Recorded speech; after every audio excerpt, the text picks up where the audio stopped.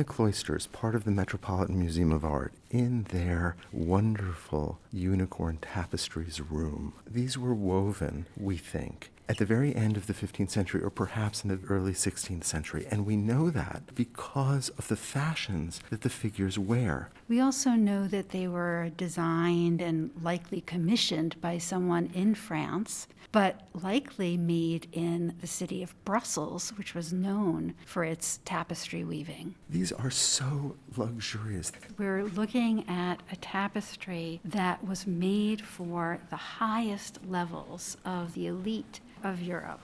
We can tell that by the way that they're dressed in velvets and silks with rich gold brocades. But we can also tell that by the fineness of the tapestries themselves. Not only are extremely expensive materials used, including metallic threads, silver, and wool and silk, but this is weaving of the highest quality. We have very little information about who commissioned these or where they were originally intended to be. We do, though, know that interest in the mythical beast of the unicorn goes back to ancient Greece and Rome, that there are numerous illustrations of a woman with a unicorn in the Middle Ages. And I think it's important to remember that in the late 15th century, Europe was still being introduced to exotic animals. It was still seeing for the first time new creatures from Asia and from Africa. And so the idea of a unicorn might not have seemed entirely implausible. You could read about unicorns in medieval bestiaries, but the basic story is this, that a unicorn was miraculous, it had healing powers, it was very difficult to hunt, and it could only be caught by a maiden, that is, by a virgin. The unicorn is attracted to the maiden, it puts its head in her lap, and is then able to be captured. This story also accrued religious meaning over time. So the unicorn is associated with Christ, and the maiden who attracts it is associated with the Virgin Mary. We're not entirely sure which order these tapestries should be viewed in, or indeed if there is an order at all. But we're going to follow the order that's currently accepted, and therefore the first one is this scene of leaving for the hunt. This is an enormous textile, and the figures are life-size. We see these figures who are very finely dressed. Even the dogs are wearing elaborate collars. The men are speaking amongst themselves and taking the dogs out, looking in various directions. But if you look at the upper right corner, you can see that there's a boy gesturing. Perhaps he's spied the unicorn, and he's gesturing, "Come this way." What we have here is a pattern known as mille fleurs, or 1,000 flowers. This dense design of foliage and flowers so that there's no sky, there's no landscape going back into space. And what we notice is something that we see in virtually all the tapestries in this cycle, the initials A and E tied together with a rope. Art historians have worked very hard to use those initials as identifiers for the person who commissioned these, or for whom it was intended as a gift. But so far, we don't have much to stand on, and there are a number of conflicting theories. The second tapestry is among the most elaborate. At its center is this classicizing fountain, and a unicorn kneels, placing his horn into a stream fed by the fountain. There's a menagerie of animals and hunters. The unicorn's horn is purifying the stream. This idea that the unicorn had healing properties, especially in its horn. And we know that this water is purified by the unicorn because of the flowers that grow up around the stream. We see this amazing array of animals. There are lions, a leopard, perhaps a hyena, and a large stag. And then at the fountain itself, 2 pairs of birds. But the upper half of the tapestry is occupied by humans. Here we see the hunters. They can't interrupt the unicorn because it is engaged in a miracle. And that was part of the myth, that when the unicorn was doing something miraculous, it could not be hunted. And one feels this arrested moment where the unicorn can't be approached. So all the figures are talking and gesturing, but nothing can actually be done.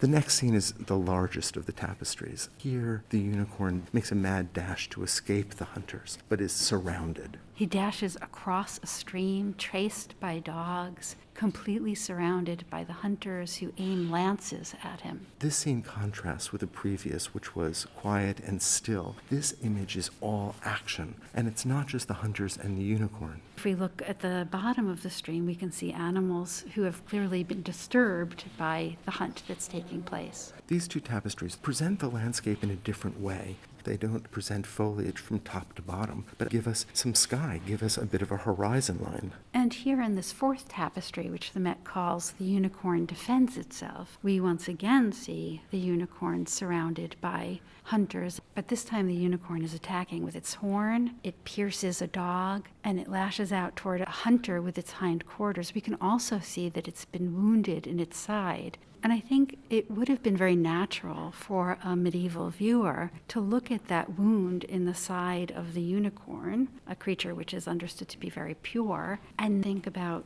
the wound in Christ's side when he was crucified. Art historians have been trying to untangle the relationship between the narrative of the hunt and allusions to the Passion of Christ. Well, we do know that all these things were conflated together in the Middle Ages and in the Renaissance. Love, the hunt, ideas of chivalry, and the unicorn. The next tapestry shows two scenes simultaneously. On the upper left is the culmination of the hunt. The unicorn is slain. The dogs have reached the unicorn. 2 spears pierce it, and a sword is cutting at the back of its neck. And clearly this is the end of the unicorn's life. We see the unicorn being carried to a chateau on the back of a horse, its neck wreathed with oak leaves, and a couple with a crowd of people behind them emerge from the chateau to come to receive the slain unicorn. This is one of the most elaborate landscapes of the series. Not only is the chateau more elaborate than any of the architecture we've seen thus far, the hill continues beyond that, and we see yet another castle in the distance. And here's where the narrative seems to get a little complicated. We have 2 surviving fragments. Here we see the unicorn enclosed in a garden. That idea of the enclosed garden is itself a symbol of virginity, often associated with the Virgin Mary. These fragments pose real problems to the linear narrative being told in the previous textiles. Here is a unicorn, but now in a garden. We see dogs, one of which seems attracted to the wounds on the animal's back. And then we see more dogs in the distance and 2 human figures. But if we look very closely, you can see the sleeve of yet another woman. And presumably, this is a maiden whose purity has attracted this unicorn. She has her arm around its mane and appears to be caressing it. So is this an alternate ending, one which shows us an entrapped unicorn instead of a slain unicorn? Or is this a moment when the unicorn is entrapped by the maiden and hunters will come, perhaps called by the man blowing the horn, to slay the unicorn? The most famous tapestry in the collection stands alone. It shows the unicorn domesticated, with a collar around its neck, attached to a pomegranate tree by a delicate chain, and surrounded by a fence. And like the fragments that we spoke of a moment before, this throws into question the linear narrative of the hunt. And this tapestry is more vertical in its orientation. So was this tapestry meant to stand alone? In the literature, unicorns are often associated with someone who is so over the top in love that they've given up everything, that they're completely subdued. And that seems to be the case with the unicorn here. He's surrounded by a low fence. He could certainly leap over that fence if he wanted to, but he is subdued. He's captive to his love for the maiden. That's one interpretation here. The unicorn stands directly beneath a pomegranate tree, a traditional symbol of love and matrimony and fertility. And so do 2 narratives exist here simultaneously. And perhaps all of these associations to Christ, to the Virgin Mary, to love, to the hunt, come together and overlap in this series, which still continues to puzzle art historians.